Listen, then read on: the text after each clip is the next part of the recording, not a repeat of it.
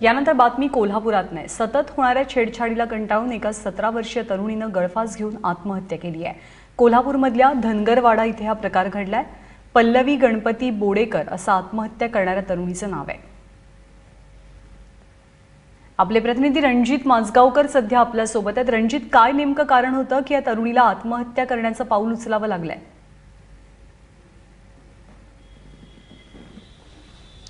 बोंद्रे नगर परिसरामध्ये एक धनगरवाडा आहे। या धनगरवाड्यामध्ये ही तरुणी आपल्या आजी आणि लहान मुली बहिणीसह राहते। तिच्या वडिलांचं निधन 10 वर्षापूर्वी आणि आईचं निधन 8 वर्षापूर्वी झालं होतं। मोठ्या 2 बहिणी आहेत, त्यांचं लग्न झाली आहेत। आता आजीला सांभाळत पल्लवी आपली उपजीविका जगत होती।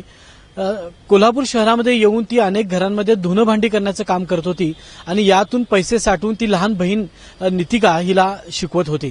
मात्र याच परिसरातले काही तरुण तिचा पाठलाग करत होते, अश्लील वर्तन करण्याचा तिच्याशी प्रयत्न करत होते। त्यामध्ये प्रामुख्यानं राजू शेळके, देऊ बोडके, चौंडू बोडके आणि बबन शेळके ही 4 नावं या निमित्तानं पुढे येत आहेत की यांनी तिला मानसिक त्रास दिला आणि आत्महत्या करण्यास प्रवृत्त केल्यानं काल संध्याकाळी ती घरात आली आणि तिनं गळफास लावून ही आत्महत्या केली। आत्महत्या करण्यापूर्वी तिनं जी चिठ्ठी लिहिली, या चिठ्ठीमध्ये तिनं या 4 लोकांच्या नावाचा उल्लेख केला आणि त्यामध्ये यांच्या त्रासाला जाचाला कंटाळून मी आत्महत्या करतेय अशा पद्धतीचं मजकूर तिनं त्या चिठ्ठीमध्ये लिहिलं आहे। ही गोष्ट जेव्हा आजूबाजूच्या लोकांना कळाली त्यावेळी संतप्त जमाव त्या ठिकाणी जमला आणि संबंधित जे युवक आहेत जे तिला त्रास देत होते त्यांच्या घरावर त्या तरुणांनी दगडफेक केली। केवळ पल्लवीला त्रास देतात असं नाही, त्या परिसरातल्या अनेक मुलींना हे टोळकं त्रास देत होतं। पल्लवीची छोटी बहीण जी आहे ही 12वीत शिकते, ही देखील कॉलेजला जात असताना तिचा पाठलाग करणे, पाठीमागून शिट्टी मारणे, अर्वाच्य शिवीगाळ करणे, अश्लील हावभाव करणे अशा पद्धतीचं वर्तन या मुलींना सहन करावं लागतंय आणि याच्या विरोधामध्ये कोणी काहीच बोलत नाही। म्हणून शेवटी आपल्या पाठीमागं कोणीच उभं राहत नाही। या नैराश्यपोटी या मुलीनं काल आत्महत्या केलेली आहे। ज्ञानदा, सध्या पोलिसांचा तपास कुठवर पोहोचलेला आहे? जे संशयित आरोपी आहेत त्यांच्यावरती काही कारवाई करण्यात आली आहे का?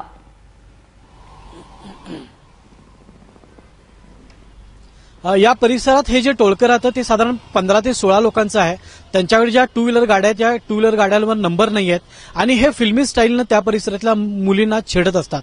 कालचा हा प्रकार झाल्यानंतर जो उद्रेक झाला त्यानंतर दगडफेक झाली, तोडफोड झाली। यावेळी रात्री पोलीस उशिरा घटनास्थळी दाखल झाले।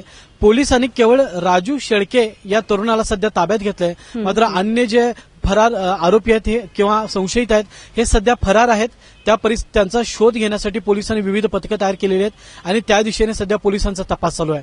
मात्र त्या परिसरातल्या मुलींची, महिलांची आणि नागरिकांची एकच संतप्त प्रतिक्रिया आहे की आज पल्लवीचा जीव गेलाय, उद्या या निमित्तानं दुसऱ्या एका मुलीचा जीव जायला लागू नये म्हणून पोलिसांनी ताबडतोब या गावगुंडांवर कारवाई करावी आणि यांच्या मुसक्या आवळाव्या अशी मागणी या परिसरातल्या महिलांनी आता केलेली आहे। रणजित, अगदी थोडक्यात तरुणीच्या कुटुंबियांवरती सुद्धा हल्ला करण्यात आला असं कळतंय, त्यात कुणाला इजा किंवा जखम झालेली नाहीये ना?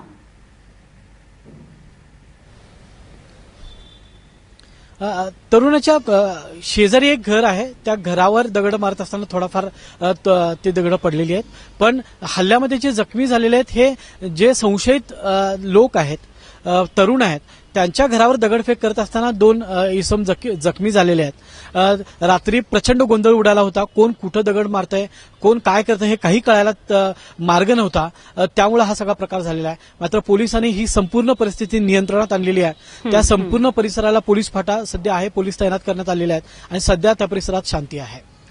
रणजित, या सगळ्या संदर्भातली ताजी माहिती वेळोवेळी जाणून घेत राहू। तुर्तास धन्यवाद या माहितीबद्दल।